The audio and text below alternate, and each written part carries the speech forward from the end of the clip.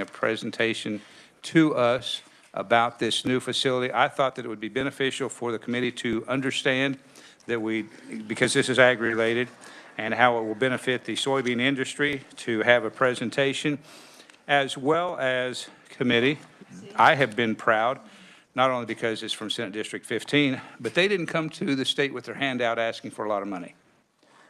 They knew the right thing to do, and of course there are incentives that they're going to tap into that have already been on the books, but they're not like Panasonic. They didn't come saying, give us money and we'll come to your state. But in any event, Mr. Webster, welcome to the Senate Agriculture and Natural Resources Committee. We look forward to your presentation. What I'll do is just allow you to make your presentation. Then there may be a few questions, and we do have a bill hearing on honey that is going to take some time. We'll be sensitive to time. Thank you. Is your microphone on, Mr. Webster? The red light is on. That's okay. Very good. Thank you, Senator. My name is Bill Webster. I'm Vice President of Bartlett Grain Company. I've been with the company for 30 years. I was fortunate to work in this building and work for Senator Dole, but that was just 51 years ago, so it kind of tells you my vintage. We're very, very appreciative of the time to share a very exciting project. It's a $440 million investment in the state of Kansas, and it's significant for agriculture. The person who is responsible now for the day-to-day operation of it is Dustin Bavard, who's also a senior officer with the company, and he's got the presentation, and then I have a couple of other thoughts I'll share, but I'd like to turn it over to Dustin Bavard, Senator. Thank you to the committee for the opportunity to present here today. Strong showing here, considering I'm assuming you'll all be headed to Kansas City after this to watch K-State and KU play in the Big 12 tournament this afternoon. Best of luck. Best of luck to your teams. But as Mr. Webster said, my name is Dustin Bavard. I've been with the company for about 15 years, and I lead our soybean crushing business, which is located in southeast Kansas in the county of Montgomery County. As you'll flip to the next slide, a quick background on Bartlett Grain Company. We're an over 100-year-old agriculture company based in Kansas City. Through our three main divisions of grain, milling, and soybean processing, we own and operate 20 North American grain facilities, 3 flour mills in the U.S., and the 1 U.S. soybean processing facility. On the next slide, you'll see our footprint across the U.S., with our grain assets strategically located in the heart of the central United States production region. We have demand bases in the spine of Mexico, which serves to pull grain from producers in the central U.S. down there to serve key demand customers in that region. We have 1 flour mill in southeast Kansas, in Coffeyville, Kansas, which serves the southeastern and eastern United States with hard wheat and spring wheat flour. 2 flour mills in North Carolina, one of the fastest growing demand bases in the United States, and then the 1 soybean processing facility in Cherryvale, Kansas, there in the southeast corner of the state. On the next slide, you see a quick background or overview of our soy processing facility. We produce or can crush over nearly 50 million bushels of soybeans annually. Through that process, we produce over 500 million pounds of soybean oil, over 1 million tons of soybean meal, and around 75,000 tons of soybean hulls. And just to put that in perspective, that soybean meal goes into the rations of around 100 million chickens annually, and the soybean hulls will go on to feed around 60,000 head of cattle annually. So when you talk about Kansas farmers having a big impact on the food and supply chain, not just here in the U.S. and around the world, I think that really stands out. You can see a nice picture of our facility there. We have over 25,000 feet of track space. It really is robust logistic facility. We are a shuttle unloader and loader qualified, so we can unload a 100-car train of soybeans while simultaneously loading a 100-car train of soybean meal at the same time. And just for production statistics, we'll produce about every 3 days a 100-car units worth of soybean meal at this facility. So it really is an impressive facility in terms of its production capabilities and the state of the art of the operations there. As Senator Peck stated, as we started off on this process and trying to pick where we wanted to be located, we have several key things in mind when we were considering the right location. Obviously, we wanted to be in a strong agricultural production region. Kansas has a big history of that.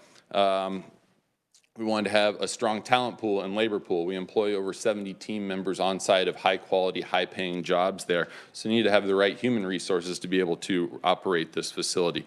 We needed strong logistics, and that comes down to good highway access in and out of the facility, as well as a robust rail network in the region to be able to hit our supply and demand needs. And all of that led us to the town of Cherryvale, which combined with those key points, as well as the utility infrastructure required to support the facility and the strong local backing, just let us know that we found the right opportunity there.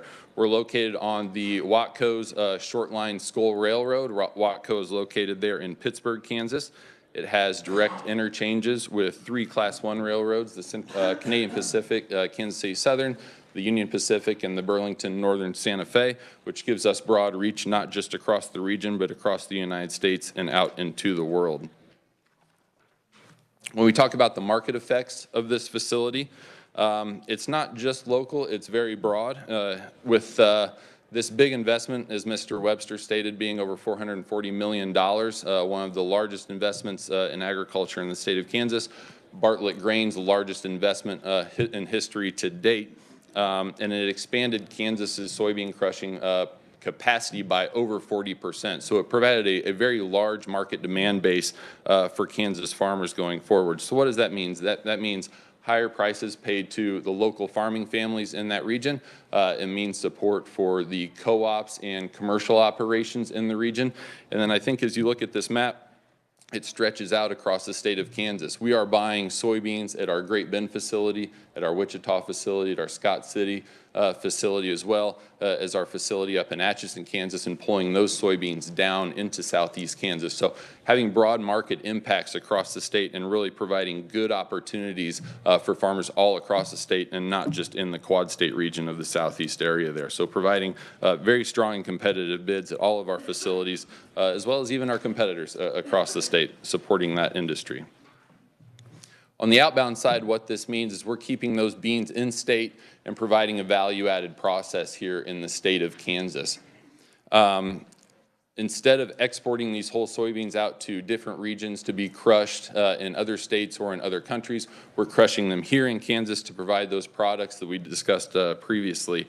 That means we're providing low-cost, high-quality, high-protein soybean meal and soybean hulls to local poultry producers, cattle producers in the region. And beyond that, we're exporting capacity down to our facilities in Mexico, as well as down to the Gulf. So really giving the Kansas farmer a broad reach out across the world and having an impact as their products flow into southeast Kansas, value add, going back to the local livestock producers, as well as exporting those products out of the state to give a big impact across the world.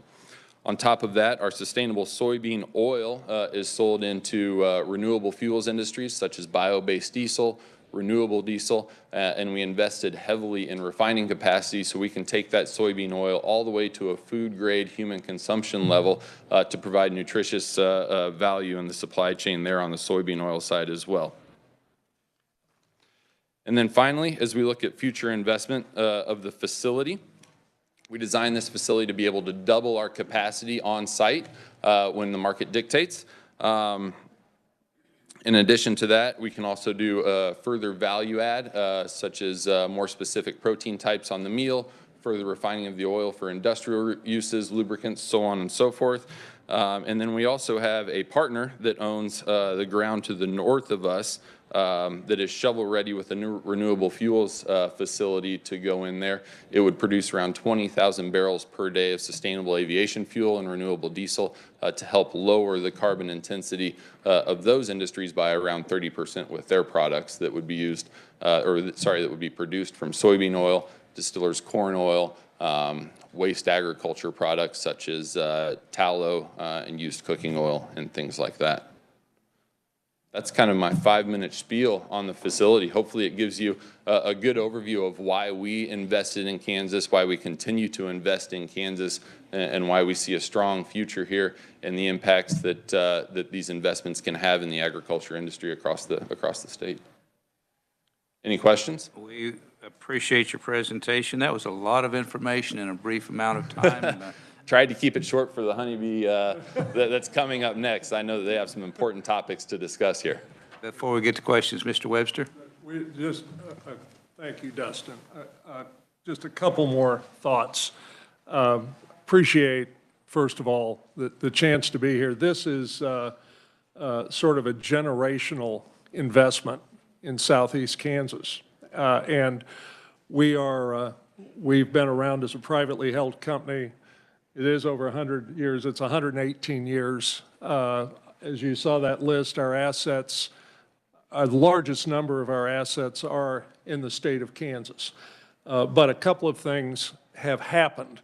And the first is the export to Mexico. And without getting on to the short-term topics that we're dealing with in Washington, which I believe will be resolved because they're our second largest trading partner, first of all, in agriculture, and also because we're incredibly important to the nutrition of the 130 million people in our neighbor to the south.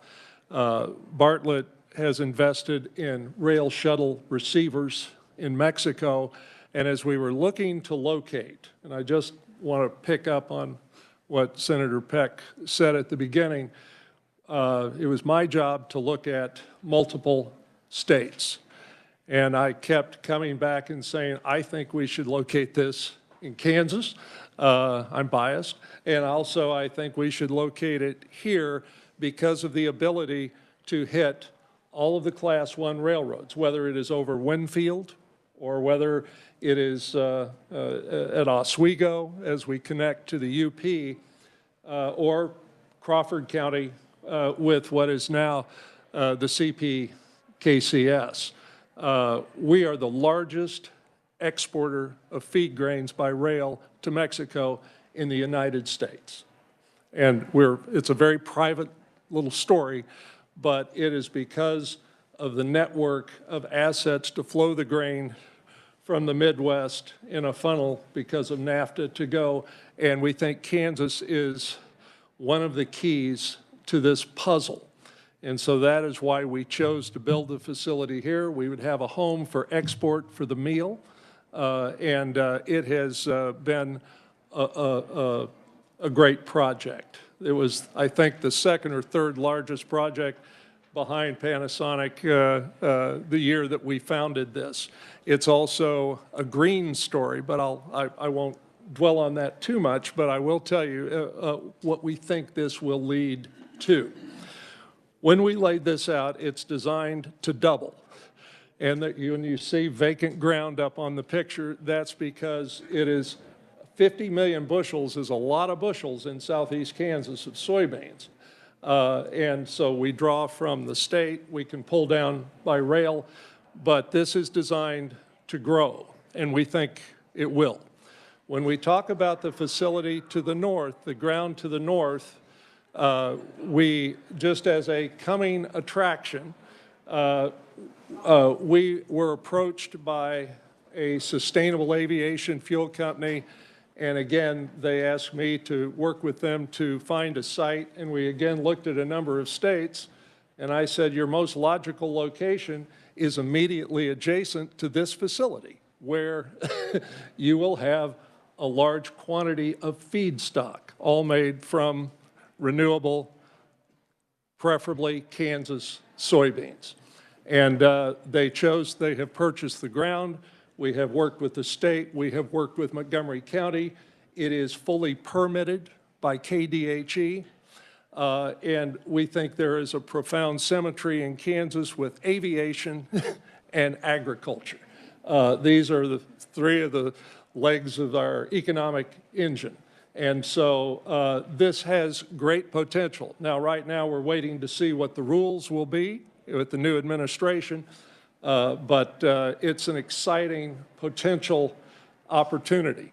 I would say that a number of other states are beginning to focus on this, Illinois, Minnesota, but the one that has my attention is Nebraska, which passed a credit for the use of sustainable aviation fuel, which is a blend. Just like ethanol, it's a blend. It's blended into jet fuel. And they have passed that credit, and there's now a large facility being built in Nebraska. I'm not here to testify on another bill. We don't have a bill, but this is something that the airlines are very interested in, and we would love to see it happen in Kansas. So we'll just call that the preview. Very grateful for the support we received from Montgomery County, from our legislative delegation, and the Kansas Department of Commerce, Lieutenant Governor's Office, all were very proactive. And we didn't pick Kansas because of, as you said, the tin cup, but I will tell you it was a differentiating factor when you're looking at Iowa and some other states. The toolkit was very meaningful, and we appreciate it, and we will take advantage of it. So really, really pleased to be before your committee today. Anyone can reach out to us anytime. If you'd like to have a tour of the facility, let us know. We think it's a bright spot for our agriculture in the state, and we're grateful for what the state's done for us to make this happen. And we appreciate your presentation. We will allow for a few questions if the committee has questions. I did find it interesting, committee, on the third slide, I did not realize that Bartlett had presence across the state such as you do. When you look at Great Bend, we've got a Great Bend legislator in the room, and other parts of the state are represented in this room, so that is a positive. Just briefly, you indicated the renewable fuels plant. Any new information you can tell us, or are you still hamstringed on as far as what you can actually? I can tell you that we have our, but we're working with them, have the water permit, the air permit, construction permit. They have purchased the land, which suggests it's not just an option. They've purchased it.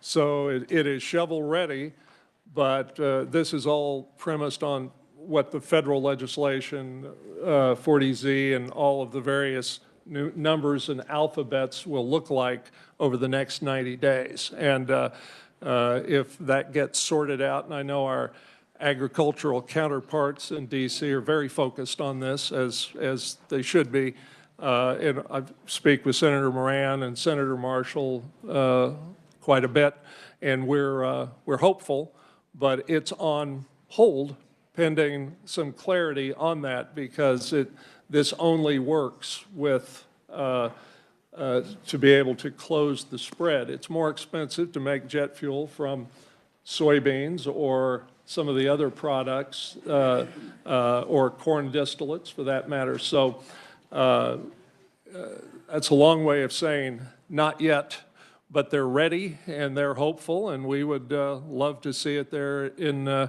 Montgomery County because they have the same advantages we do in terms of geography, rail, 5 federal and state significant highways. So it's teed up. I'll just say that, and we're hopeful. Maybe just briefly, some questions, Senator Alley. Thank you, Mr. Chair. Not a question as much as say thank you.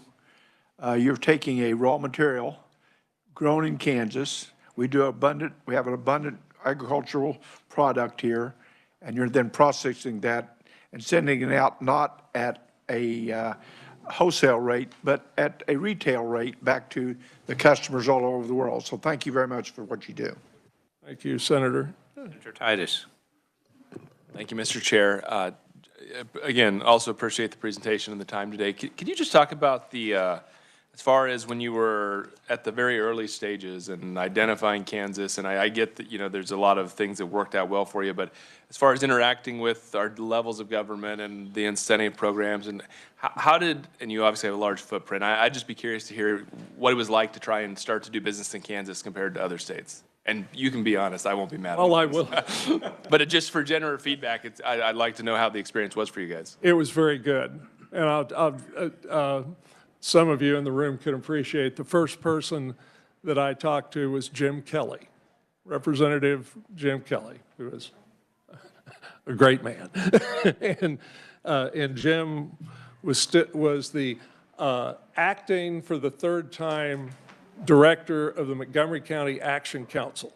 And I called, and he was still in the legislature, but he was doing this over the holiday break. And I talked to him, and he said, well, we should meet. And I went down, and Jim immediately opened doors. And he said, well, maybe we ought to go to Topeka. So we came to Topeka. And that was the starting point. But once we had the entree, we'd already looked at the properties, met with some property owners who were great. Then we went to the railroad. As an adjunct to this, Watco, with the help of Senator Moran and a Chrisley grant of over $40 million, is investing $80 million in rebuilding rail bed and bridges, again, from Winfield to the state line, to Columbus.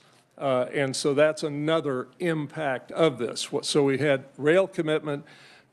Commerce took us to Lieutenant Governor Toland, who called everyone together. And then we got with KDOT and frankly, and then KDHE.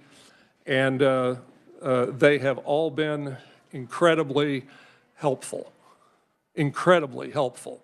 And I've done this in 12 states, and I would just say this is the largest project, but it's also been very helpful. And when I leave here, I'm going across the street to meet with Commerce again. I know I was on the board of directors of the Chamber for 14 years here, and our incentive toolkit is always subject to debate, whether it's HPIP or other topics, and I respect those issues. But I would say it's a differentiator in this. I don't think it's the reason we came, but it made the decision much easier, if that makes sense. Thank you. With that, committee, I apologize, but because of a bill hearing, we need to wrap it up. I will inform the committee, you're going to be making a presentation before the House Agriculture Committee later today, correct? That's my understanding, yes, Senator. So, committee, if you have an opportunity at 3:30 or want to see or hear more, they probably will have a little more time. But I really appreciate you gentlemen coming to Topeka, to the Capitol, to make a presentation.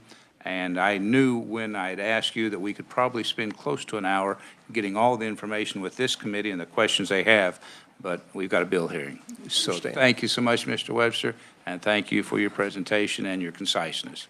Thank you all. Committee, we will move to hearing on House Bill 2158, what I thought was a simple little honey bill, and it's turned out that we've got a lot more conferees than what we anticipated, but that's great. And we will open the hearing on House Bill 2158 and start with an overview of the legislation from our reviser of statutes. Reviser Lawrence, you are up. Thank you, Mr. Chairman, and good morning, committee. House Bill 2158 would permit beekeepers who meet certain requirements to sell packaged honey and honeycombs without holding a food establishment or food processing plant license under the Kansas Food, Drug, and Cosmetic Act. Subsection B in new section 1, which starts in line 18 on page 1, would provide the requirements to receive an exemption from licensure. Those requirements include that the honey and honeycomb product is packaged on the beekeeper's property. The product is labeled with specific information, including the name and address of the beekeeper. The product is unaltered and free from any additional additives. The term unaltered is defined in the bill in subsection A. The hives from which the product was taken were located in Kansas. The beekeeper's annual gross sales from honey and honeycomb does not exceed $50,000. And the beekeeper maintains a record of sales and makes those records available to the Department of Agriculture. The record must contain the amount of honey and honeycomb sold by container size, where that honey and honeycomb was sold, and the date of those sales. Subsection C of new section 1 would provide that any beekeeper who meets all of the requirements of subsection B that I just went through, except the limitation on the gross annual sales, could obtain a license without having a commercial kitchen facility. House Bill 2158 would take effect on July 1. It did pass the House on a vote of 85 to 34, and I'll be happy to answer any questions. Any questions of our reviser? Seeing none, must have done an outstanding job in your presentation. So we will move committee, and we will go through our conferees and then make notes as you hear from the conferees. We'll have questions of the proponents at the end of proponents, and then the opponents at the end. And so we will start, and we're going to have approximately 15 minutes for proponents and about 15 minutes for opponents. And if we have additional time, then of course there will be additional time for questions. But we will start with proponent Samuel McRoberts, Litigation Director and General Counsel for Kansas Justice Institute. Good morning. I am Sam McRoberts, Litigation Director at Kansas Justice Institute. We are entirely supportive of this bill. There are a number of industry experts who are behind me that I think are going to be able to answer every one of this committee's questions. So I will make my presentation very short. Because honey is an already safe product, there is no need for the government to require a commercial kitchen that can cost as much as $30,000. It's safe, and therefore that type of regulation is unnecessary. We just saw the beautiful, amazing soybean facility. That is really a food processing plant. There is no need to require regulation for something like a jar of honey, which is already safe. And so for those reasons, we think that this is a simple and common sense bill, and we would urge the committee to adopt it. The only real issue that Kansas Justice Institute has is the $50,000 threshold. It was unclear to us, based upon the House, whether or not that threshold still exists. There's, at least in my mind, some conflicting language later on in the bill. We would just ask this committee to address that. Thank you. So if you do have language that you could provide for the committee for clarifying, that would be great. We want to make certain when this bill leaves this committee, it's ready for prime time, as we'd like to say. I do have one quick question for you. I wanted to ask at the very beginning, who produces honey? So there are a different number of honey producers. What this bill is intended to do is really help the very small honey producers who can do, 5, 10-gallon buckets. Interrupt you just briefly. Bees produce honey. Okay. That is absolutely right. Okay. We will go to our next conferee. Okay. Becky Tipton, President of the Kansas Bee Producers and owner of Country Creek Honey. Welcome to the committee. Welcome. Thank you. Thank you for having us this morning. Thank you for doing your jobs. I'm president of the Kansas Honey Producers. The Kansas Honey Producers represent beekeepers all over the state of Kansas, from commercial to people just beginning in the industry. And you are correct. Nobody makes honey except honeybees. That is it, and that's our product. So many of our members are very, very small entrepreneur farmers, and that is really my interest here. So honey is a non-potentially hazardous food. They found honey in the Egyptian tombs, 3,000 years old, still edible, hard as a rock, but still edible if you were interested in eating it. We only produce about 1/4 of the honey that we consume. Americans love honey. From our Honey Nut Cheerios to our honey baked ham, we love honey, or just on our table. Well, the sad truth is that if you go into the grocery store and you buy commercially produced honey, a lot of times that's been adulterated. In fact, it's been speculated that as much as 80% of the honey coming into this country from foreign entities is adulterated with rice syrup or corn syrup or some other cheaper sweetener, because honey is kind of expensive, and so they want to make the most of it. Well, here's the deal. When you're dealing with little beekeepers, they don't adulterate their honey. They put it in a jar, and that's what they want to sell. A good friend of mine, Julie Chahoy, in Atwood, Kansas, she can see the Colorado line from her house almost. She's out there a ways. had 3 different small-town business owners approach her and say, Julie, your honey's beautiful. We'd love to put your honey in our store. And she said, well, I don't have a commercial kitchen. In the big town of Atwood, there is not a commercial facility for rent or to use. And she said, it'll get us both in trouble if I do that. And so this bill is looking at making that available to our smallest farmers in our smallest communities and helping kind of level the playing field. This is a law that's already in place in Missouri, and so our beekeepers along the Kansas-Missouri line are somewhat handicapped by not being able to sell their product in as easy a manner. So we're dealing with a product that is ultimately safe. This bill limits it to just honey, comb honey, straight bottled honey, no infusions, no adulteration. We are not processing it. We are not doing anything to it, selling a raw honey product. It seems to be, as Sam said, pretty straightforward and pretty sensible kind of thing to do. So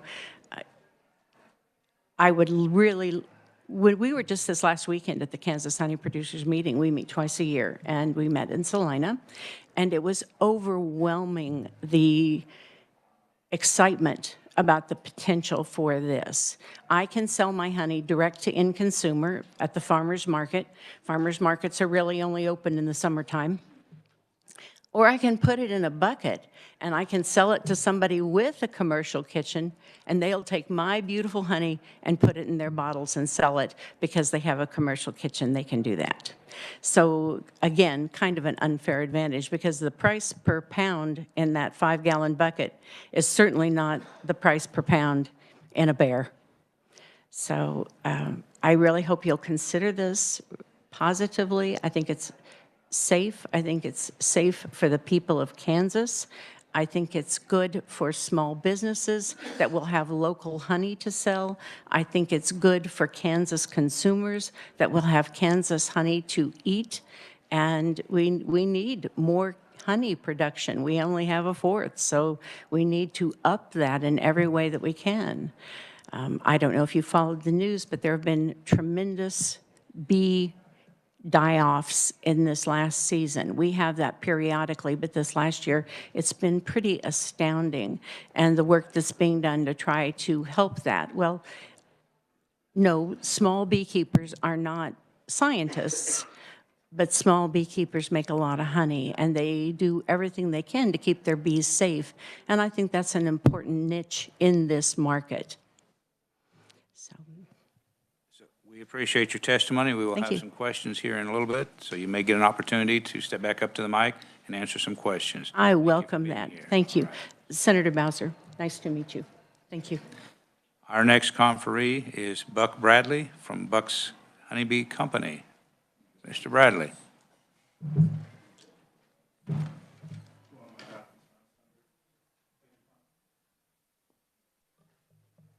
Chairman Peck and members of the committee, I've written my testimony in the company PowerPoint presentation I created. I'll take the opportunity to highlight key points from my written testimony, provide you all with more information to consider on why I support House Bill 2158. I think you should as well. One of the main goals I want to address about this bill today is how the current regulations have restricted my growth. I've been asked to place my honey in 5 different retail locations. However, I cannot legally do so today. The ability to capitalize on even 1 or 2 of these locations would help me expand and increase my revenue potential. Revenue is vital for any small business as they continue to struggle and grow. But without permanent locations, the ability to sell honey in those locations limit that. Under current regulations, I have to be physically present to sell my honey, which poses challenges for numerous reasons. I have a wife and 3 kids from the ages 17 to 11, and I'm gone all the weekends, and going to farmers markets all the time is difficult. These regulations act more as a barrier for a small business owner without increasing public safety. My background, I served 21 years in the Marine Corps, following, enforcing, and later writing regulations. I understand the importance of well-crafted policies, but I also believe that regulations should be logical and necessary. With the current regulations dealing with Kansas honey, it's neither. The current law governing honey retail sales is an example of security theater. It's a regulation that creates an unnecessary burden on small businesses without improving public safety. Reminder of current regulations, I can legally sell honey directly to any one of you senators all day long. I can sell bulk honey to any bakery, brewery out there, and they can use my product in there right now. I have had that happen in where I'm from in Douglas County. But I cannot sell this exact same honey retail in those same businesses. Of note, I wanted this to be of note, I am currently working on getting my commercial kitchen license. So by July 1, whether this bill passes or not, it will not affect me. So I want that to be known. However, I believe the current regulations limited my growth and will continue to remain a roadblock for small beekeepers who lack the resources to invest in costly infrastructure. Why this is security theater? Honey has been used since ancient times as medicine to treat wounds and various other ailments. It is still used today in modern medicine and veterinary practices. The Kansas Department of Health and Environment has never reported a honey-related foodborne illness in the state of Kansas, and this is their statement. Honey is a raw, shelf-stable product because its properties inhibit bacterial growth, and the only foodborne risk that the KDHE looks for honey is infant botulism, because those spores can survive in honey and cause botulism in children less than a year old. The agency has not had any cases of infant botulism linked to honey in the past 5 years, and that was in 2023. Of note, the CDC, American Academy of Pediatrics, and the National Honey Board advise against feeding honey to infants under the age of 12. This is something similar. This is something very similar or familiar with all parents in here of feeding certain products in their certain ages. Neither the federal government nor Kansas has a requirement for a warning label for infant botulism on honey. If infant botulism was a significant risk, the Kansas Department of Agriculture would inspect honey itself during the certification process. However, it does not. The KDA only focuses on the bottling process, not the extraction process. All they are worried about is this 3-inch drop here, ladies and gentlemen, from the honey cake to the bottle. And that is the only thing the KDA is worried about. The bottles are sealed, and that honeycomb, ladies and gentlemen, you see right now, I harvest this from my hive. I take it, I put it in a freezer. I freeze it to make sure there's no eggs, there's a hive, small hive beetles that are an issue, or wax moths are an issue. I freeze it. I let it fall out, I put it in there, the next person opens this up, is gonna be the first person to touch it since the bees packaged it. But I've gotta get a commercial kitchen to do that. Why this regulation is a barrier to small businesses? It's cross prohibitive. The average retail sell of this 1-pound bottle of honey is $10 at the farmer's market. The initial inspection fee for a commercial kitchen starts at $550 with an annual fee of $250. The estimated cost to complete a food compliant kitchen ranges anywhere of $5,000 to $30,000, depending on the infrastructure that individual has to begin with. Most of the opposition that wrote against it, two of the 7 people that wrote against it have asked to sell my honey or buy my honey from me. And the primary driver of the cost of the $5,000 to $30,000 is the separate facility with power, water, and sewage for the bottling facility. There's also limited access to alternatives. So you could also do this in a commercial kitchen or incubator kitchen. However, the state only has 22 of those facilities available, and they're not available all throughout the state. And of note, regardless if you rent that facility or not, you still got to pay the $550 fee the first year and $250 every year after that to use that same kitchen. Puts us at a regulatory disadvantage. My understanding from talking to the KDA, Kansas defaults to the state of origin for food safety. Missouri eliminated the commercial kitchen requirement in 2015. At least 20 other states have done the same thing. So what does that mean? Missouri beekeepers can sell honey in Kansas on store shelves, and Kansas beekeepers cannot. Also, I believe the current regulations from the KDA are contributing to a current problem and an unfortunate trend in the honey industry. As mentioned by Becky before, the exact numbers is we consume 578 million pounds of honey in Kansas. It's approximately 1.5 pounds per person. Or sorry, in America, excuse me. That's approximately 1.5 pounds per person in Kansas according to USDA. We only produce in America about 140 million pounds. That means 144 million pounds are coming in to America. The 2 largest exporters of honey into America at this time have publicly stated that they extract honey immaturely and they add additives to that honey. There are studies that show 80% of the honey on the store markets right now are adulterated. All the KDA is doing, what good are the regulations doing to protect Kansas consumers from adulterated honey? how good are current regulations for Kansas citizens and Kansas beekeepers if they allow adulterated honey packed in a commercial kitchen to be sold on store shelves, but prevent pure, unadulterated honey produced in Kansas from being on those same shelves. I might interrupt you just briefly so we have time for questions, and let's see, we have something just to wrap up on comments. So I'll wrap it up here.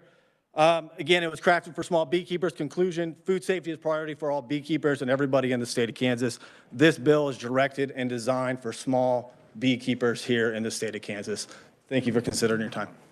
And I generally, as you know, committee do not do this, but because of receiving so many testimonies, did anyone show up today that has provided written testimony that was planning on testifying that we do not have down as an oral proponent? Okay, committee, questions of any of the three conferees who have testified before us? Senator Bowser. Thank you. Thank you, Mr. Chairman. As a former Army officer, I don't often agree with former Marines, but in this case, I 100% agree with our testimony today, and I support this bill. I campaigned on removing burdensome regulations. I campaigned on setting the conditions for small businesses to succeed in our state, any business really to succeed. We have to set those conditions. Burdensome regulations are one of the barriers to that. I have some experience in this field of honey production. I ran for a couple of years. On the sake of time, do you have a question? I apologize. Well, you can say all this when we work the bill, which I do plan to. Yes, sir. I appreciate the information. No questions necessarily? No questions, Mr. Okay. Chairman. Thank you. All right. Great testimony, but Senator Shane. Thank you, Mr. Chair. Mr. McRoberts, can you tell us a little bit about maybe the events that led to this bill becoming a bill in the first place? So Kansas Justice Institute did not draft this bill. We have been supportive of it. We have spoken with Mr. Bradley and the Northeast Kansas Beekeepers Association. So we are really in a supportive role here. But what I can say is that there are a number of people around the state of Kansas who have been complaining about the barriers to entry in this market. And so I believe that is how this bill came to be. Okay, and to your knowledge, has there been a small beekeeper and honey producer that has faced fees, fines, civil penalty, legal penalty? So I can say that it is my impression that there have been beekeepers who have been fined or been subjected to punishment for placing products at retail locations. Additional questions, committee? Seeing none, I appreciate the proponents, and we are up against the clock on the proponents.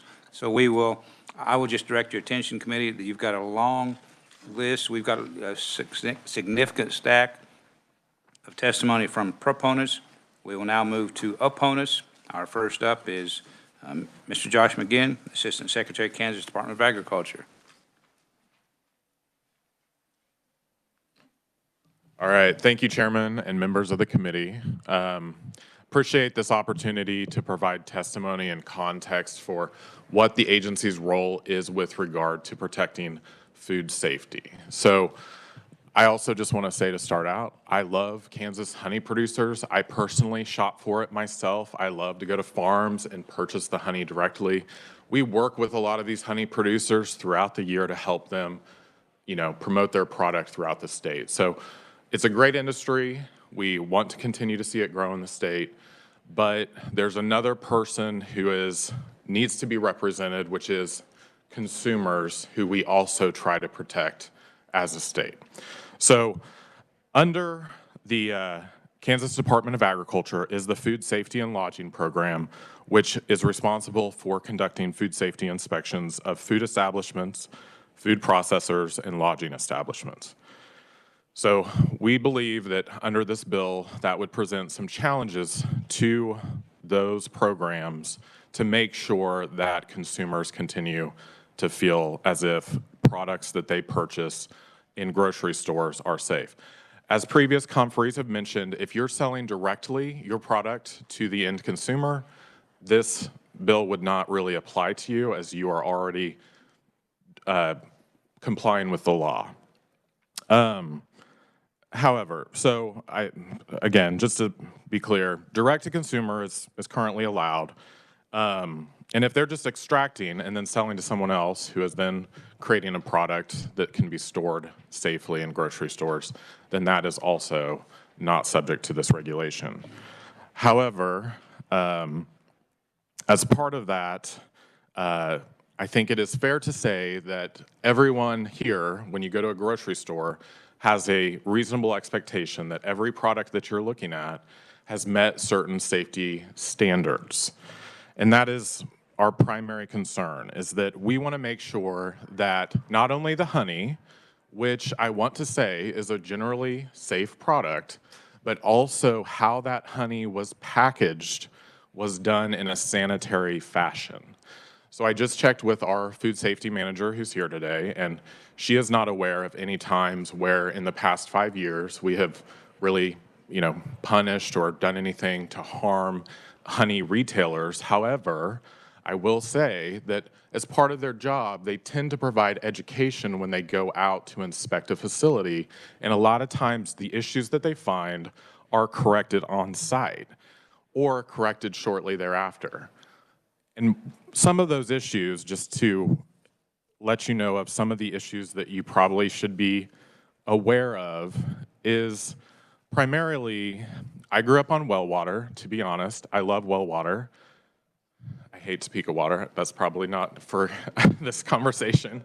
But well water needs to be tested regularly to make sure that it doesn't have any contaminants when you are sanitizing the equipment and the bottles that you're storing products in. So that is one of the things that we would like to see in this bill. The other issue is we tend to educate that there needs to be adequate hand washing stations, or that the materials for storage need to be safe. And we do have examples of when we have found storage containers or containers where they're transferring honey into the final storage container that have been unsafe. Usually that is corrected on site without any further need for any kind of action on the licensee's part.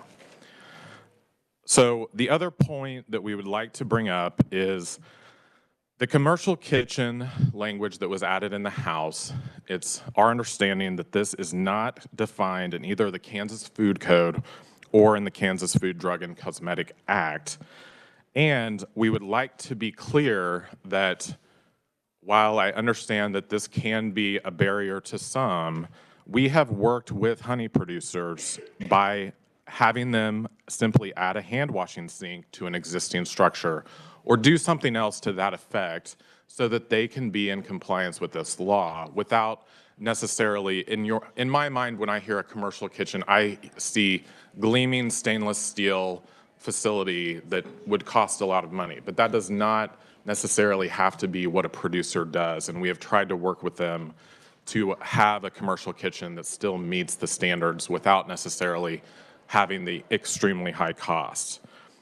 The final point before I mention some suggestions, possible suggestions for this bill, is that I understand other states have been brought up. Even if this bill passes, they will not be able to sell their product in other states because they are still under federal law for out-of-state sales. So that is something that we would still want to make sure is considered as part of this, is that this is primarily about in-state sales of honey and not selling across state lines. So if it is the will of the committee to work this bill, a few of the thoughts that we had were that there is currently some exception for food safety for fundraising events, for example.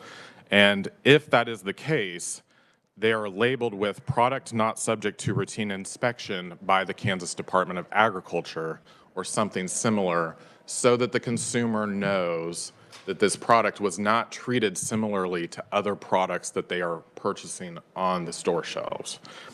Another alternative would be, if the fee is the primary issue, to waive the fee and still allow there to be some contact so that there is education provided, which is generally how we work to correct issues when we find them. And finally, it is generally a part of the food code that things are inspected if they are on your store shelves. That has been part of the code for decades, I think, since most of us have been alive. This may be something worth considering with protections included. And I appreciate that the bill does include some things like listing the name of the entity that's selling the product and their address. But would you want to have the opportunity to consider what the results of this bill have been after a period of a year or 2 years or 3 years, so that you can see how this has affected the industry and how it has not? Finally, I just want to say, for a commercial kitchen, we charge fees based off of the square footage, and the initial fee is an application fee of $175 for a commercial kitchen with 1,000 square feet or fewer, and then an annual fee of $150. So that is what we're talking about. And for the limit in this bill of $50,000 gross sales, at $10 a pound for honey, we have had outreach from other honey producers that have said that that would require 100 colonies. So this is not necessarily just one backyard colony of bees that then that person is creating honey with. $50,000 of gross sales of honey is a significant amount of honey that would probably require packaging and other things that most people would want to ensure was sanitary. So with that, I will close my testimony. And thank you, Mr. Chair. This has been one of the, I was not sure when I got here this morning how you'd be able to get through all of it. So appreciate your time. Barely going to. We've got about 6 minutes left, committee. So our next conferee as an opponent is Tim Urich. Not sure how you pronounce the last name, Tim. You can correct the chair on the pronunciation of your last name. He's the owner of Tea Creek Bees and Honey. Yeah, Tim Urich, Senator. Thank you so much for hearing my testimony today. My name is Tim Urich, and my wife and I own Tea Creek Bees and Honey, based out of Barryton, Kansas. We manage 300 beehives in Shawnee County. We pack that honey and sell it primarily to stores in Topeka. As a licensed food processor in Kansas, we have invested significant time, effort, and resources to ensure that our honey production meets the highest safety and quality standards. I firmly believe that all honey producers who wish to sell their products wholesale should be held to those same standards. It's my opinion that food regulations exist to protect consumers from potential health risks, including contamination and improper handling. Licensed food processors undergo inspections, maintain sanitary facilities, and follow guidelines as established by the Food Code so that their products are safe for public consumption. By exempting certain beekeepers from these regulations, the bill before us creates an unfair and potentially hazardous double standard. When you buy honey at the farmer's market or from a friend, you know your beekeeper and you can ask questions. Consumers in shops and grocery stores have an implied level of trust and expectation that the foods that they're purchasing for their families are inspected, produced, and packaged in a safe manner. At Tea Creek, we've invested in a commercial space and have undergone training to ensure compliance with food safety regulations. This bill would allow others to bypass these critical steps that I personally found very valuable as a producer and honey seller. With respect to our other opponents, I might ask you to summarize. We can read your testimony. We have it. Yes. In summary, I have found my time working with KDA inspectors to be very valuable. It has helped me to be a safe and more sanitary beekeeper, and I feel that that's important for Kansas consumers. Thank you so much. Thank you for appearing before the committee in your testimony. Our next conferee is, I'm going to struggle with the name, Jorge Gabribe, something, and I will let you pronounce to me your last name. And he is the owner of North American Pollinator Alliance. Thank you for having me today. My name is Jorge Garibay. I'm the founder of North American Pollinator Alliance. I was advised that it's customary to wear a suit when at the Capitol building. I own bee suits and a suit that I use for funerals, so here we are. Quoting from the 1976 Kansas House Bill 2236, The honeybee, like all Kansans, is like all Kansans in that it is proud and only fights in defense for something it cherishes. Today, I am here summoned out of my comfort zone to fight in defense for something I cherish. I'm a Kansan beekeeper who does not currently have a commercial kitchen, and I would otherwise benefit from the passage of this bill if I believed that selling honey as a commodity was important, but it's not. I'm speaking today in opposition because I believe that honey that is not processed in an inspected facility should be sold on a personal level, just like the way the current law states. Most of you have visited the honey booth at the Kansas State Fair. The State Fair is our premier ag event that brings over 1 million visitors every year to Kansas, where Kansans get to showcase the best of what they produce. In 2022, I volunteered at the honey booth that is run by the organization who brought this bill to you. It was incredible seeing all the different honeys that our great state produces, yet one thing did not make sense: the comb honey. There is not a single Kansas beekeeper that is able to produce enough comb honey for an event like the State Fair. When I asked who the beekeeper was that produced it, I was told it was purchased from an Iowa beekeeper, a beekeeper from the great state of Iowa, not Kansas.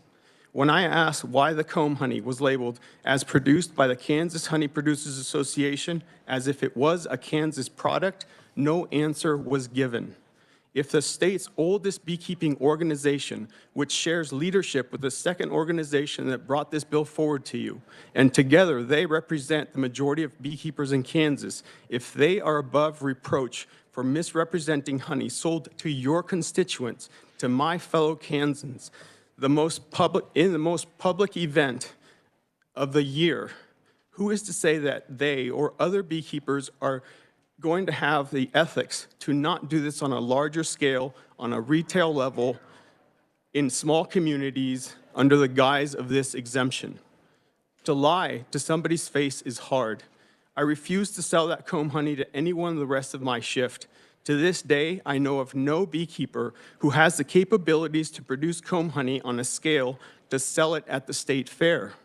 Yet every year, these organizations sell comb honey under a label that is produced as Kansas from a Kansas beekeeper. A vote from this body to pass this bill is enabling, encouraging, and allowing these frauds to continue in small communities on a small retail level. I urge you to stand together as a unified body in striking down this bill, and instead of trying to help one fractured group of beekeepers as we stand here today, focus your energy into helping every county in this great state fund pay-per-use commercial kitchens so that not only beekeepers, but those who make artisan breads, jams and jellies, those who further process produce and dairy can work under your guidance to produce amazing Kansan products for Kansan people. I urge you. So I might ask you Yes, to I'm summarize wrapping it up. that. I urge you once more to strike down this bill unanimously, to show your constituents that nobody is above reproach when they violate the trust of Kansan people. Thank you very much for considering my testimony. Garbe, thank you for your testimony. Courtney Simpson from S. Honey Farm. And I apologize for running out of time, but if you could just be brief and summarize. Yes, I can do that. Thank you for having me and my boys today. I thought that was important for them to see what it looks like to speak up for what you believe in. My name is Courtney Simpson. My husband Kenny and I own Chunny Farm out of Wamego, Kansas. I am here to express my strong opposition to House Bill 2158. While the intention behind House Bill 2158 may support small businesses and hobbyists, it inadvertently undermines those who have invested in maintaining a high-quality production standards. By allowing hobbyists to sell their products at retail and wholesale levels without proper oversight, the bill threatens to compromise the integrity of Kansas' specialty crop market. These hobbyists might not have the capacity to supply consistently over the long term, which could then destabilize the market and harm established producers. We'll make it quick for you. If this bill is to move forward, there should be an amendment to require over $1 million of liability insurance coverage to help protect the consumer when there is an inadvertent health issue due to poor processing out of someone's home. So thank you for considering my opposition to House Bill 2158. I urge you to prioritize the health and safety of consumers, as well as the sustainability of Kansas honey production industry by rejecting this bill and exploring alternative solutions to uphold rigorous standards. Thank you. Appreciate your testimony, and I apologize for being short. That is okay. Just didn't have much time. Thank you for your Our time. final conferee is Matthew Brands from New Hope Farm, and I don't know what that word Yeah, is. my name is Matthew Brandis, New Hope Farm in Apiary in Franklin County. In interest of time, I'm just going to pass around a picture. My friends have testified, but this is why I did testify in front of the House. I didn't share this with my testimony with the Senate committee, but after hearing the testimony today, I just kind of wanted to share with you a photo that I found on Facebook that shows why we need a licensed kitchen. So thank you. Being brief and just basically, if you will, saying ditto to the. Ditto. Everything that they said. Okay. Thank you. All right, thank you for being here. And committee, I ask each of you to take a look at the picture. By the way, most of the testimony of the proponents and others is on an email or online. I'm sorry, you will need to go online and you can find the written testimony. I thought you had it in your packet, but you do not, because it was only provided to us in PDF form, and we're not going to print off 20 copies of testimony of 20 different people. So I apologize, committee, for running us up against the clock. I just didn't know we were going to have this much input from a B bill, but we did. We will have committee meeting tomorrow at 8:30. Look forward to seeing you then. We are adjourned.